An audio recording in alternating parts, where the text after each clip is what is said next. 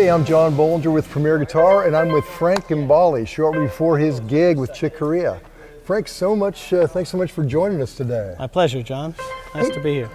Tell me a bit about this. This is one of your signature guitars? Yes, this is a Carvin, it's called an FG-1, and it's been around on the market for about 4 or 5 years now. Originally it had F-holes here, and I've just recently changed the look of it by just removing it, the F-holes. It's still, it's a chambered body. Oh, okay. Kind of like a small 335. It's just a beautiful fat tone. Yeah, yeah, it sounded electric great. guitar sound, you know. Yeah. And so tell me about the basic construction, the pickups, all that. Well, these are stock Carvin pickups. You know, I've experimented a lot with pickups in the past. I haven't really kept up with what's going on now with pickups. You know, I let the guitar companies do that these days, and Carvin are making their own pickups, and they sound great to me. So, you know, I could fool around and try some others, but I just love what they're doing. It's a pretty simple setup. It's got these coil taps here. You know, so each humbucker can be a single coil. The front coil on the front pickup, and the rear coil on the back pickup to give it the maximum spread. Sure. Sonically. Other than that, it's pretty straightforward. Locking tuners. And a maple fingerboard. Yeah, on this one. Yeah, I experiment with. I usually use ebony, but I'm really starting to dig the curly maple here. Oh, it's really beautiful. liking it. You know, just got a nice spongy feel to it. D'Addario strings. I love the stainless steel strings. What gauge do you run? 9 to 42. Nothing fancy there. I do love the idea of having the straight string pull here. Yeah. You know, because to me, that's where a lot of tuning issues occur. If the string goes off on an angle, it's not as accurate tuning-wise as having it like that straight to the pole. They had a bit of trouble making a trem version of this because it's a chambered guitar. Right. So, but they got over the technical issues. It's crammed in there, and it works beautifully. I don't do a lot of tremolo, just you know, just for a little movement on the chord, but nothing dramatic, you know. Yeah. But for that, it works great. Well, your playing is so varied. I mean, I've seen you do like Joe Pass kind of style stuff, and then I've seen you in this killer blues band, and then your whole 80s sweeping, the fusion, fusion stuff, and it's. So does this kind of, you find yourselves changing guitars for the music, or does this cover a lot generally of it? I do. I mean, if I'm going to play proper jazz, I do need a big hollow body. Sure. I have an Ibanez Gb 10, which I love, a George Benson model. Sure. To me, that's the consummate jazz guitar. Yeah. Small body. And I have an old Gibson Trini Lopez. Double cutaway, the big, it looks like a double cutaway 175. Sure. It's a quirky guitar, Fender kind of headstock, all in line, and it's just a weird guitar. Yeah. And you know, all the Gibson collectibles say this is the least desirable, least collectible, and I say, what? To me, it's the coolest of the lot, you know? Right. It's all, you know, a question of taste, but, you know, I certainly wouldn't consider it the least collectible. And I have a black one, too, which is probably the only one that I know of. I've never seen a black one, Yeah, so it's very nice, mid-60s. Oh, so if I'm going to play jazz, I'll play that. If I'm playing kind of rock or fusion, I like this guitar for that. It's fat. It's kind of like somewhere between a Les Paul and a small 335. And so that's an actual, and it's a solid maple top on that? It's they leave I love what Carvin does here. They leave the paint off the top for the binding effect, right? So this is just the maple. Yeah, it's a very thick piece of maple. When you look at it from the center, from here to the middle, it's at least 1.5 inches thick. It's a very thick piece of maple. Yeah, that's great. Very solid. And this one is maple. This is a maple back as well. So it's a little heavier than I'm used to. I've been experimenting with the woods on these. I have about 10 of them now. And I think one of the best combinations is the maple, and the other one is, when I don't feel like a heavy guitar, is the older body. But older isn't the prettiest wood, you know, but it functions really, really well. It's very light, and the tone is really great. So, you know, I usually paint those ones. You know, just have a painted body. No point having the wood shine through like on a maple. You wouldn't want to paint this. No, that's absolutely gorgeous. Yeah. So, you know, I can't fault the Carvins. I think they're absolutely the best there is out there, or as good as anything out there. Sure. And for crazy cheap prices because they sell direct. They're amazing. That's great. Beautiful, beautiful guitars. So is that your number one, and this is kind of your backup right now? Well, sometimes that's number one, you know, depending on what I'm wearing. Sure, sure. You got to match. Yeah. Tell us a little bit about this. Well, this one, it's very similar in a lot of ways. This one is a mahogany version. I wanted something that looked more classic, you know. Sure. Although this tiger, or this quilted maple is quite spectacular. I don't know if they just select extra fine ones for me, but I think they're all like this, you know. Wow, this is just a regular mahogany back and neck, ebony board, real pearl inlays. Oh, wow. Oops, this needs tightening. Again, I love this. They've gone, you know, there's so many options with these guys, you know, there's like 50,000 combinations of, every instrument is unique and custom. So, you know, this has rosewood knobs, kind of beautiful. Kind of cool. So it even has gold frets. Did you notice that? Oh, wow. That's different too, you know?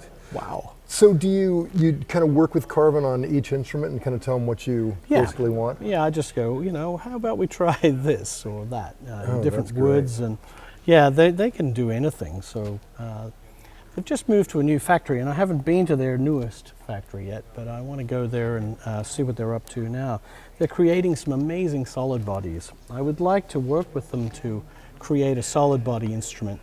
You know, this kind of has the Gibson sounds, you know, the traditional humbucker kind of sounds, and I'm missing the Strat sounds a lot, you know, so I want to have something else like a solid body that we can create to have that scale length and have those kind of sounds at my beck and call too. I'd like to have one of each, you know. So is this a long scale? This is a PRS scale. It's 25 inches, somewhere between Gibson and Fender.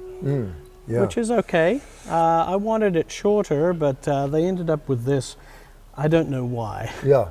It just is where it ended up. But it sounds every bit the same as a Les Paul scale, which is slightly shorter than 25. Sure. What sounded killer in sound check. Did it? And on top of that, let's talk about this over here. Right. There's more. Wait. There's more. There's more. This is my new Cort acoustic guitar. And this we released at NAMM this year. It took us about 6 months or 7 or 8 months, something like that, to design it. They gave me a lot of leeway. I love being in on the design side of guitars. You know? It's a very rare luxury, you know.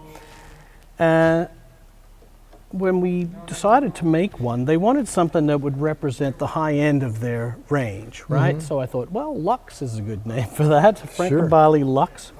And I tried to find some sort of Art Deco cues, especially for the inlay. Yeah, that's great. I was able to design the shape of that inlay. It came from there was some ring or an earring I saw it online, and I stretched it right out and came up with that. And same with the multicolor rosette around here was actually an earring, an Art Deco earring.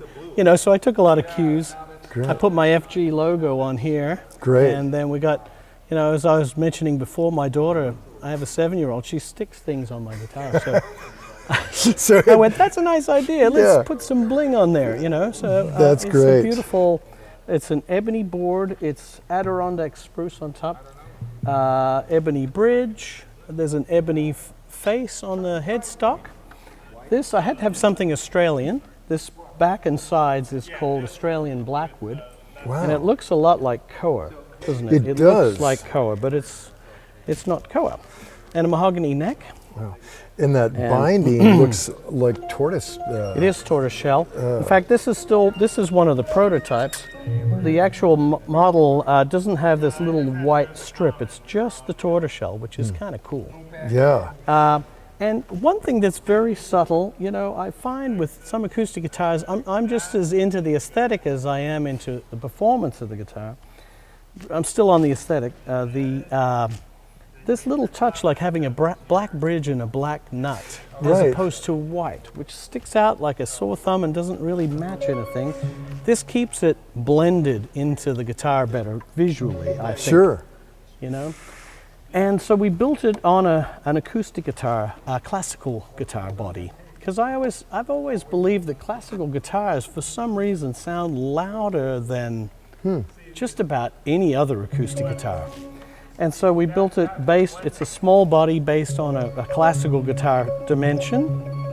And they also gave me a lot of liberty with the strings and the setup. I said, look, and I remember saying this to people in interviews at the NAMM show this year, I said, you could go around this hall and there's probably 20,000 acoustic guitars in this room. And I said, you won't find one in the entire place that's set up like this. And to me, it's a tragedy, it's a travesty. We want people to play guitar, you know. I talk to people all the time, they say, oh, it hurt my hands, or, you know, it's too hard. Manufacturers are so paranoid, they put on really heavy strings with wound third and a high action, because they're afraid of fret buzz, and I think that's insanity. You know, you don't have to have it set up that hard and that high. It's going to repel people playing guitar. I want them to pick it up. Just feel the action on this. You're a guitar player. Oh. It's a plain third. So wow. I begged them to do a plain third, and this is how it comes from the factory. And I said, you can always put heavier ones on, right? Right.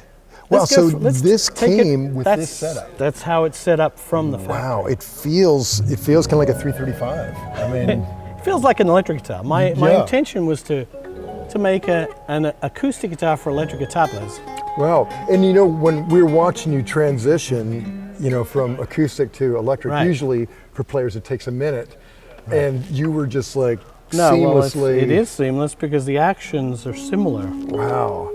And I haven't lost any tone or anything. It's got the LR bags pickup. I remember when I was coming to decide, they said, what pickup do you want? And I said, well, what is James Taylor using? Yeah, right. I figure he's got it figured out by now. Yeah. And so I just use the same pickup he uses, LR bags, and it's invisible.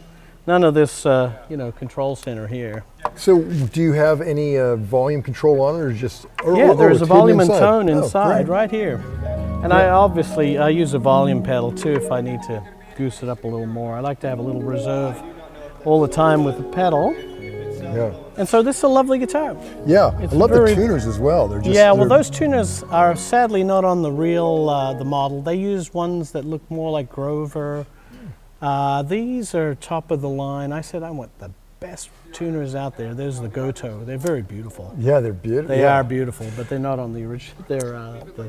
It would make the guitar priced at least another $100 more just for the two. You can always get them and put them on. Yeah, buy it. You know, you can always improve your instrument by putting up, but the ones that come with it are just fine. Yeah, gosh, that's beautiful. So there it is. What a great guitar. Very beautiful acoustic guitar, and all the reviews have been awesome. Oh, I imagine. So far, it's still sort of making its way to the marketplace. I like that there's no pins as well. I like it going. To me, those are a pain in the ass. If you don't have the right tool, you know, or you pop one, you lose one. Yeah, you know? That's such a more pragmatic approach. So this is much more practical. I'm into practical. And I think it's probably going to help your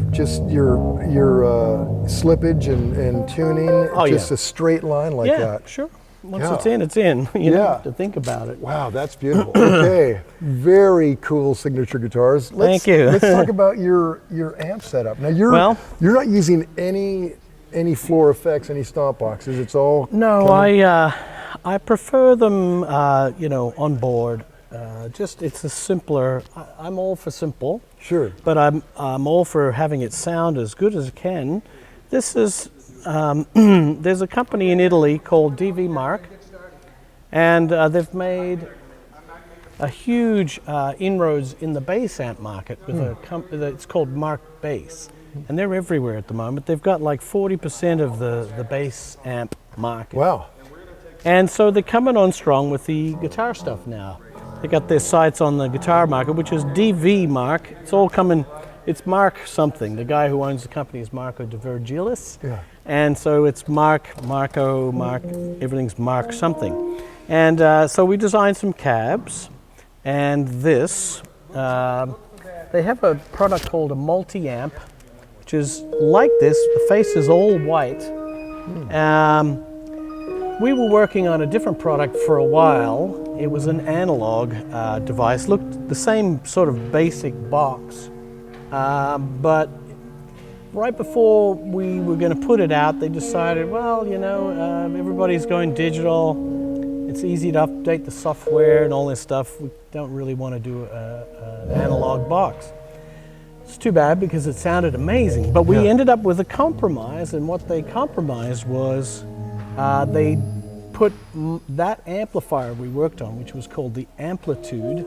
Oh, sure, yeah. Not Amplitude, which is another thing. Okay. It was the name I came up with, but I didn't realize it was something very similar on the market. But so we put that as an amp model inside this, and we have a special edition. It's called Multiamp FG, and so that was the good compromise. Yeah. You know, they digitized that amp and they put it in here. So that's the one. That's the amp model I use all the time on this, even though there's tons of other amp models in there. So they've got a ton of options. You found the one that sounds like you. Well, yeah, that's the one we worked on, and Yeah. you know, EQ'd and tweaked for a while. You know, so they put that in there. I think digital amps sound great these days. I don't miss tubes. I know there's always this argument back and forth with guitar players with tubes versus not tubes. Sure. All I can say is this is not your dad's digital, right? This is not your dad's digital, because the tech moves very fast, as you've seen in the computer industry. Everything is getting smaller, the sampling rate's higher. I mean, I can't go back to tape machines. I'm a Pro Tools guy. Digital sounds amazing. It always sounds amazing. Does it deteriorate every time you play the tape? You know, I've been right through the history of recording, you know, the 4-track cassette player all the way up to whatever it is now. And same with amps, you know, they've evolved too. There's a lot of reluctance to digital amps, but those that are into it are realizing, wow, the potential, there's so many sounds. This has amp models, you know, tons of amp models. It has speaker models. You can Are you running direct as well as miking it? No, I'm just going mics. But there is an option of... There is. In fact, my next record, which should hopefully be done by December, I've recorded direct out. There's 3 options to use this. There's a stereo option, there's a mono option, bridged, and then there's the direct. I could go up direct out. I actually haven't tried it with the band. That's a really good idea. I should try it. But I do it in the studio at home. Sure. And it sounds amazing. Not even a speaker involved. Wow. So the speaker simulations are amazing. You can try different mic placements, different mic selections. I know, you know, when you do it electronically, it's not quite the same as using a real SM58 or something, but it's very, very close. Yeah. And so it's on pretty... stage, it's got to feel good just to have those cabinets kind of kicking in the ass a little bit, right there. You know, I agree, because some guys do the whole band in ear, and it's, you know, I've sat in with groups like that, and it's very hard, you know, because, well, where's the sound? It's all here. Yeah. No, I like a bit of volume. And these cabs are one of the 12s is open. Oh. So you've got one closed back, one open back. So you get a sound that's close to you and another one that projects. That's great. Are you miking the open or the closed? I think it's the open ones. The open ones are on top. No, it's the bottom ones. No, we're miking the closed ones. But in the remember room, which way around it was. in the room, those open just sound great. I mean, just all the so you're picking that up as you're playing. Yeah, it sounds killer. And your effects are all coming through that as well. Yes, all the effects are built in. Although you're not running much in the way of effects, are you? You know, no, I don't. Yeah. Not in this group. Yeah. In my own group, I do a lot of stuff. You know. Here, I'm like a horn player. In this, mostly lines and melodies, and so. Yeah, this seems like a reading intense gig. It is. But you've memorized all the. Yeah. See, some of your guys are still on charts, but you've. Right. Well, I like to have it here because then I feel freer. Yeah. You know, if I'm on a chart, it's not quite the same. It's not. I mean, I read it and I get it off the paper as quickly as I can. Yeah. Yeah. No, I love Chick and I love his music, and it's it's a thrill to play this stuff. You know? Legendary. Yeah, legendary. Yeah, this group, yeah. has quite a history. Yeah. And this is probably, I think it's our second reunion tour. Oh, fabulous. Next year we have 3 months lined up around the world. Oh, great. And we've already done LA, and now we're doing the East Coast, and it's great. It's great. It's great to be back in the saddle. Yeah, yeah. But Well, it seems like you never stop it. You're always doing something. No, I'm always, I have my own groups too. I travel. And, it's totally different to this. Yeah. My latest thing, and the new one I'm working on right now, the group is called Soul Mine. Because the first record I did with that project was called Soul Mine. This next one's probably going to be called Soul Mine 2, for want of a better name. But it's all vocal music, so it's a very different great thing. It's kind of rock fusion, but with vocal. It's cool. Trying to make some hip music, Yeah. That's great, man. Oh, the last bit, just if you could tell us about what you've got on the floor here. Yeah, it's pretty straightforward. I'm running a little splitter box up there, so I can just switch between acoustic and electric. Okay. I usually have it on the floor, but I've just got it up there now. It's easier. It's a MIDI buddy, and I like that it's compact. So your MIDI buddy, an old friend, an old friend, and I have about 10 of them. So if one breaks down, I just put another one there. Great. And they still make them, I think. Boss pedal. Just your volume. I'd like to have volume in the loop. And so that way I can always control the amount of, if I have full distortion, I can play it at 2 watts or 1,000. And, and if I use the volume control on the guitar to change the amount of distortion. Sure. So I love to have that. I've always done that, and I always like the way that I have control over the volume. Yeah, because when you want your volume down, you don't necessarily want your distortion to go away. Exactly. Yeah, and the only way you can do that is in the loop. Yeah, that's great. And a little tuner there, a little need to stay in tune. Sure. Great. A little Planet Waves tuner. So yeah, that's it. Good.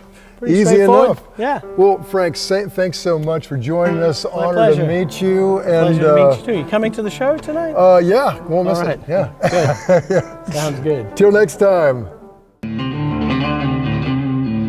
Don't forget to sign up for PG Perks, your all-access pass to exclusive gear giveaways and discounts on PremierGuitar.com.